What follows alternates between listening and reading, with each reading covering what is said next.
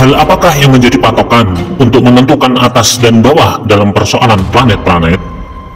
Orang mengetahui bahwa semesta, galaksi, tata surya, dan planet masing-masingnya berputar. Setiap putaran tentunya mempunyai pusat putaran yang langsung jadi pusat benda angkasa itu. Semuanya itu bagaikan bola atau roda yang senantiasa berputar. Maka sesuatu yang menjadi pusat putaran dikatakan paling bawah, dan yang semakin jauh dari pusat putaran dinamakan semakin atas. Dalam hal ini, keadaan di bumi dapat dijadikan contoh. Pusat putaran bumi dikatakan paling bawah, dan yang semakin jauh dari pusat itu dikatakan semakin atas. Akibatnya, orang yang berdiri di Ekuador, Amerika, dan orang yang berdiri di Sumatera pada waktu yang sama akan menyatakan kakinya ke bawah dan kepalanya ke atas.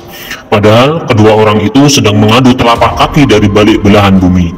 Tetapi masing-masingnya ternyata benar untuk status bawah dan atas yang dipakai di permukaan bumi ini. Demikian pula jika contoh itu dipakai untuk status tata surya, di mana surya sebagai bola api langsung bertindak jadi pusat kitaran. Karenanya surya dikatakan paling bawah, dan yang semakin jauh dari surya dinamakan semakin atas.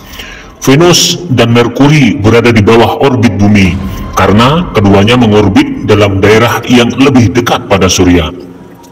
Jadi jika ada penghuni bumi pergi ke Venus, Merkuri, atau ke surya, maka orang itu turun, bukan naik.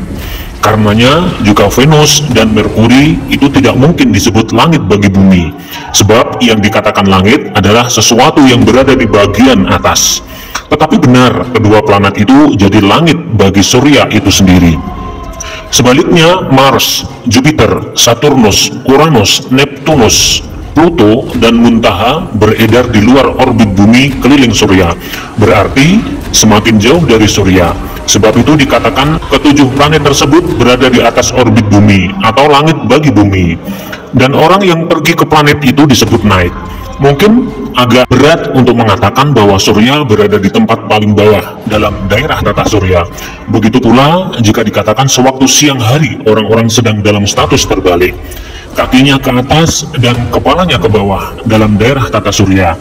Tetapi kenyataannya memang benar. Buktinya dapat dikemukakan di sini maksud surat ke-17 ayat 1, bahwa dulunya Nabi Muhammad Mi'raj meninggalkan Makkah waktu malam atau waktu siang di Tahiti Pasifik. Maka Nabi dikatakan naik karena terbang semakin jauh dari surya. Menurut surat ke-97 ayat 1, Al-Quran diturunkan waktu malam, dengan arti datang dari tempat yang jauh ke tempat yang dekat pada surya.